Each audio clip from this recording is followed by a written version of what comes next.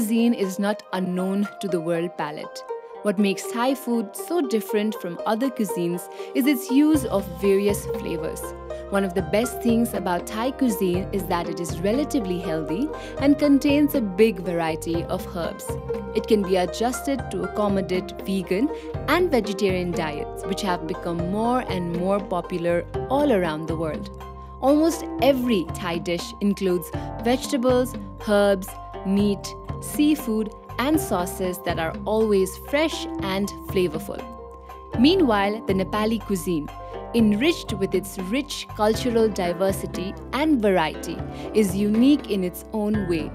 Today, we bring the cultural amalgamation of the two unique cuisines, having their own similarities and differences along the way.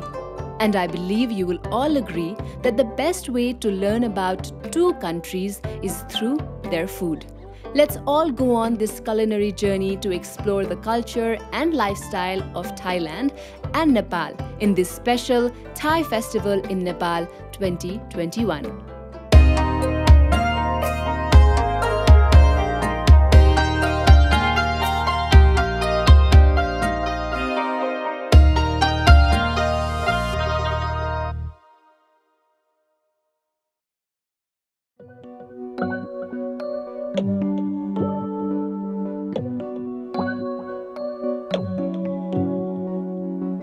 Namaste and Sawadee. I am Sadiksha Shrestha and I would like to welcome you all to the Thai Festival in Nepal 2021. Today we're here at the Thai Ambassador's residence in Nepal. Since 2017, the Royal Thai Embassy in Nepal has been organizing Thai Festival, promoting Thai food, culture, performances and products.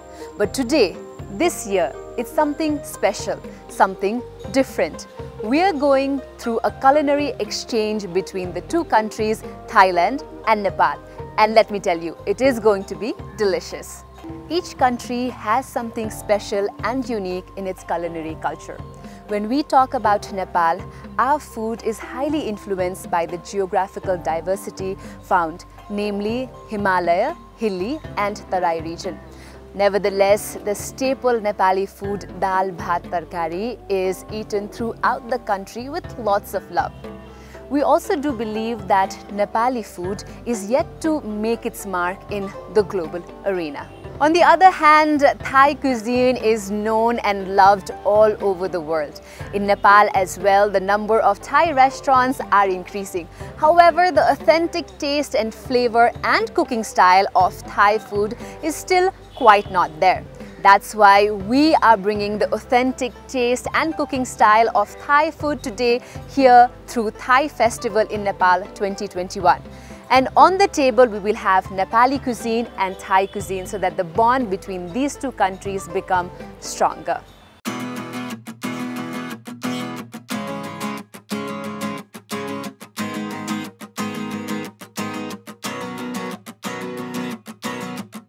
Thai Festival in Nepal 2021 को उपलक्ष्यमा आज हामी यहाँहरुलाई authentic Thai dish एउटा बनाउन सिकाउँदै छौं. And we have the ambassador's chef Khun Supaport Khunpiban with us. Sawadee ka. So, can you tell us what we are making today? Yeah, masaman. Masaman curry चाहिँ विश्वभरि नै एकदमै रुचाइन्छ र एउटा नम्बर 1 डिश पनि हो यो. थाइल्यान्डमा 17th century बाट सुरु भएको यो डिश अहिले विश्वभरि नै निकै रुचाइन्छ. So masaman curry is really savory and it is really rich, right? Yeah. Chef, can you take us through maybe the ingredients? The paste, right? Yeah. So यो paste चाहिँ उहाँले यो सबै ingredients use गरेर बनाउनु भएको. यसमा चाहिँ तपाईले देख्न सक्नुहुन्छ garlic भयो, जीरा भयो, धनिया भयो, cinnamon अनि यो एउटा special चाहिँ shrimp paste हो जुन Thai cooking मा एकदमै use हुन्छ. So this is shrimp paste, yes, right? Yes. And this is cardamom. Cardamom. So this Thai is cardamom. Thai cardamom. तपाईले देख्न सक्नुहुन्छ यो चाहिँ हाम्रो नेपाली इलायची भन्दा अलिकति ठुलो साइजको पनि छ. So this is special. And chilies, of course. Chili. In Thai cooking we use a lot of chilies, right? So we mix all this and we make the paste. Yes. Okay. So is the paste spicy? little bit nit noi, right? Nit noi. So Thailand nit noi भनेको चाहिँ थोरै हो, so यो अलिकति spicy छ रे, and this is fish sauce. So fish sauce पनि एउटा एकदमै Thai cooking मा धेरै युज हुन्छ. अनि this is tamarind paste. Yeah. And this is Sugar palm sugar पनि. So नेपाली कुकिङ मा पनि कहिलेकाहीँ गुड युज गरेर पकाइने गरिन्छ हैन, त्यसै गरी थाई कुकिङ मा चाहिँ palm sugar युज गरिन्छ. And of course we are making masaman chicken curry, right? So chicken and coconut milk, onions, potatoes and peanuts. All right. So यो चाहिँ एकदमै savory dish पनि हो, एकदमै different texture हरु पनि आउँछ. आलु छ, peanuts छ, त्यसले गर्दा crunchy, soft, and of course coconut milk पनि एउटा एकदमै staple हो Thai cooking मा. So chef, shall we get started?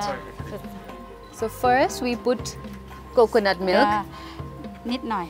Okay, just a little bit. So अलिकति माथि coconut milk पहिला राख्नु भएको छ उहाँले.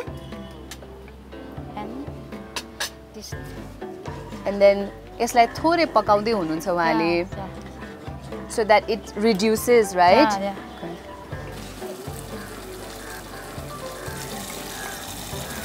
So यो mixture अलिकति तातो भएर उम्लिसकेपछि चाहिँ chicken राख्नु भएको छ उहाँले. And chef, while this is cooking, I wanted to ask you something. How did you feel when you realized that you were coming to Nepal? Oh, very happy. I like people, natural, food, everything. Okay. So you're very happy to come to Nepal. Okay.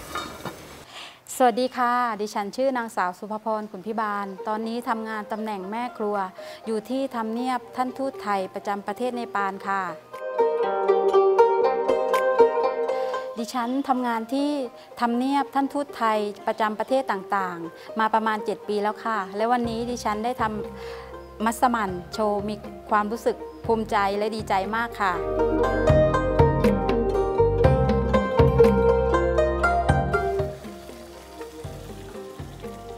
So बिस्तारै बिस्तारै पार्टमा उहाँले coconut milk add गर्नुभयो.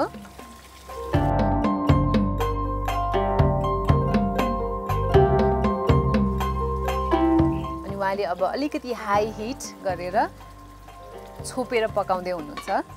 หวังว่าทุกท่านชาวเนปาลจะได้มีโอกาสลิ้มลองอาหารไทยนะคะ So यो चाहिँ पानी पनि अलिकति thick भएको कारणले एड गर्दै हुनुहुन्छ पानी.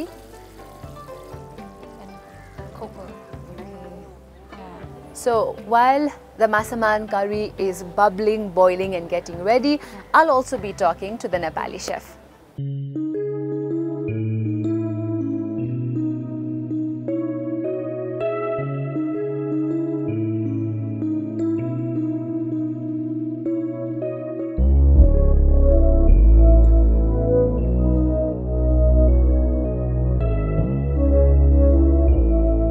हामी छौं थाई फेस्टिभल इन नेपाल 2021 मा भर्खरै थाई शेफले पकाएको पनि हेरिहाल्नु भयो.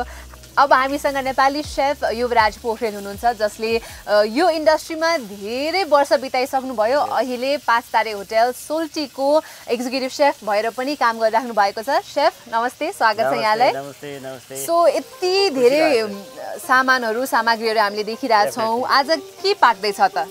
आज हामीले टिपिकल लोकल खानाहरूलाई फोकस गरेका छौं जुन चाहिँ यो कमर्सियल भन्दा पनि अलिकति हाम्रो भिलेज साइडमा पाक्ने खानाहरूलाई हामीले अलिकति प्रमोट गर्न खोजिरहेका छौं.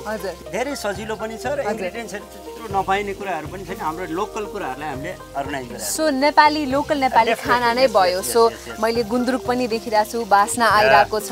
सो हामी कसरी सुरुवात गर्छौं, केबाट सुरुवात गर्छौं? आज चाहिँ हाम्रो बेसिकली मैले अहिले हजुरलाई चाम्रे भात पकाउन सिकाइदिन्छु एकचोटी.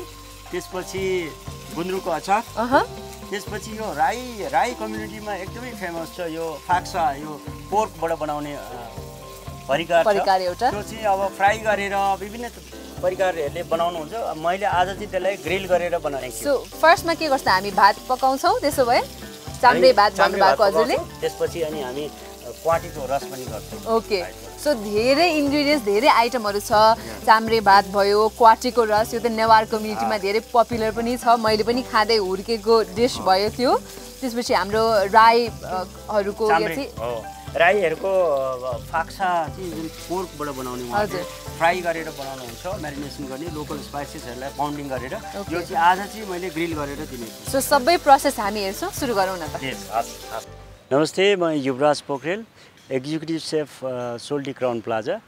अहिले चाहिँ यो थाई फेस्टिभलको लागि हामीले exchange Thai food and Nepalese फुडको एक्सचेन्ज प्रोग्राममा हामीले काम गरिरहेका छौँ र योभन्दा पहिला चाहिँ मेरो जर्नी चाहिँ करिब 30 वर्षदेखि म यो कुलिनरी लाइनमा छु र मैले धेरै कन्ट्रीहरूमा एक्सपिरियन्स बटुल्ने मौका पाएँ र पछि आएर म सोल्टीमा अहिले 11 वर्ष प्लस भइसक्यो मैले यहाँ काम गरेको चाहिँ र म ओभरअल प्रोडक्सन इन्चार्ज छु अहिले सोल्टीमा चाहिँ र अहिले थाई एम्बेसीसँग एलाइन गरेर हामीले थाई फुड एन्ड नेप्लिज फुडलाई चाहिँ एक्सचेन्ज मार्फत हामीले सबैलाई यो कुराहरू चाहिँ अलिकति जानकारी गराउने कोसिस गरेका छौँ। यसमा जस्तो थाई फुडहरू चाहिँ अलिकति स्पाइसी हर्बल फुडहरू र धेरै ब्लेन्डेड स्पाइसी फुडहरू धेरै छ र सिमिलरली नेपाली फुडमा चाहिँ अलिकति लाइट फुडहरू र अलिकति हेल्दी टाइपको फुडहरू र कुकिङ समय पनि एकदमै कम हुने खानाहरू चाहिँ नेपाली फुडहरूमा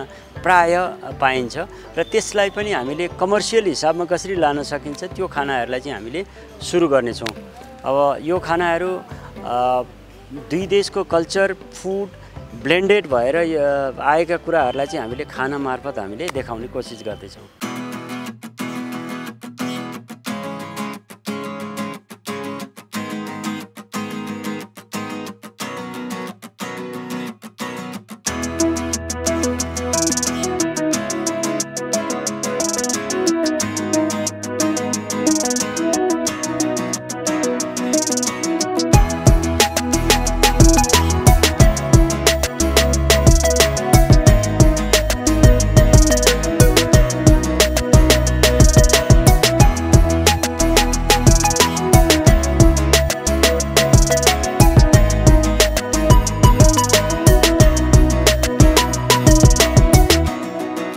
आजको थाई फेस्टिभलमा थाई फुडहरू टेस्ट गर्नलाई हेर्नलाई चाहिँ म एकदमै एक्साइटेड छु किनभने यो खानाहरू यति फ्लेभरफुल छ कि त्यो र अर्को तरिकाले हेर्दा मलाई सबभन्दा मनपर्ने कुजिन पनि थाई कुजिन नै हो।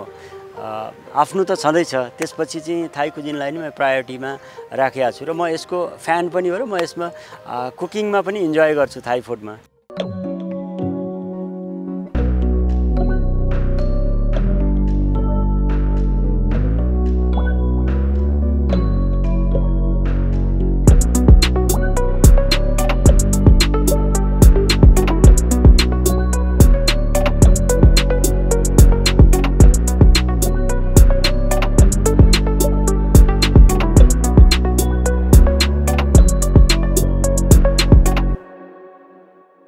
आजको एपिसोडमा यहाँहरूले traditional cooking style for Thai food and traditional cooking style for Nepali food त हेरि नै हाल्नुभयो।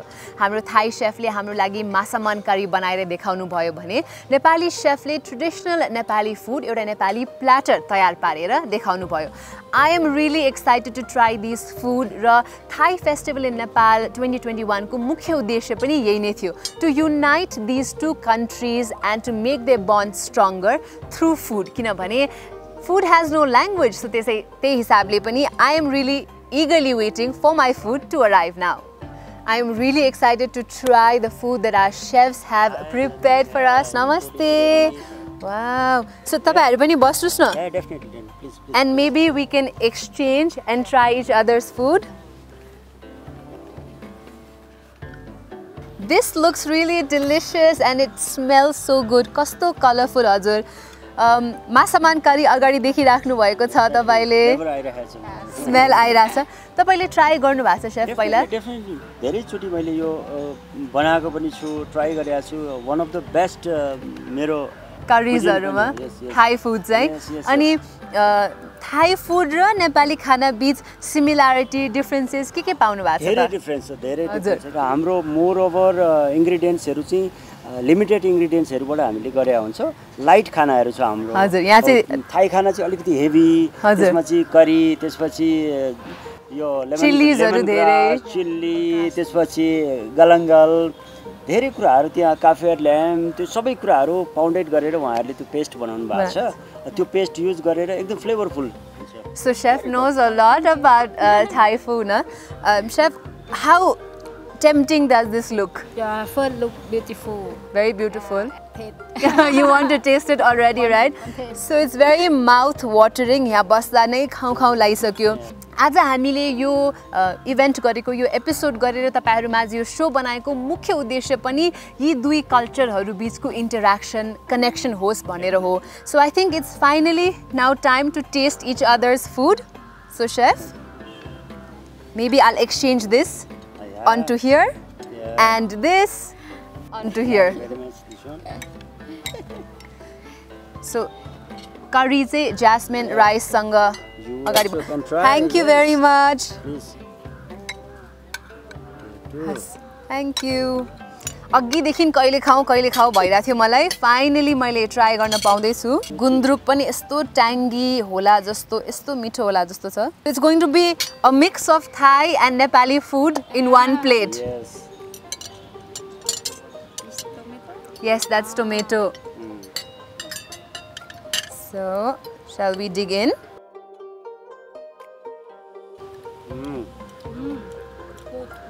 How do you like it, chef? Yeah, I like this. The tomato? Yeah. You need to have a big bite, na?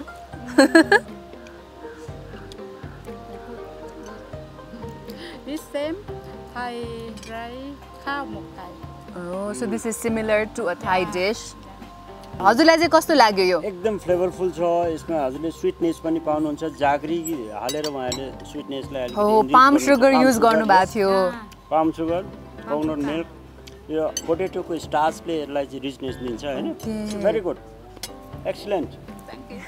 And what would you say to the Nepali chef? I like this sauce and like, The rice? Yeah. And have Rice is a many. little bit sweet and salt, both mixed. Not so sweet. Not so sweet. It's okay for me. Okay. And little bit Spicy. spicy. Oh.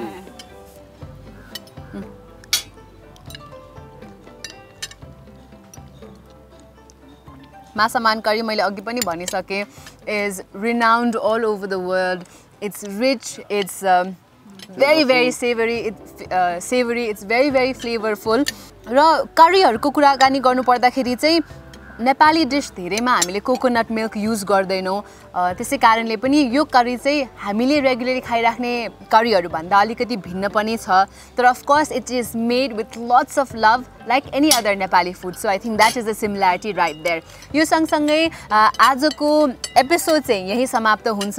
तर हाम्रो Thai festival चाहिँ समाप्त भएको छैन है। We're coming next episode ma with a special surprise just for you. So stay tuned and I hope you learned something new.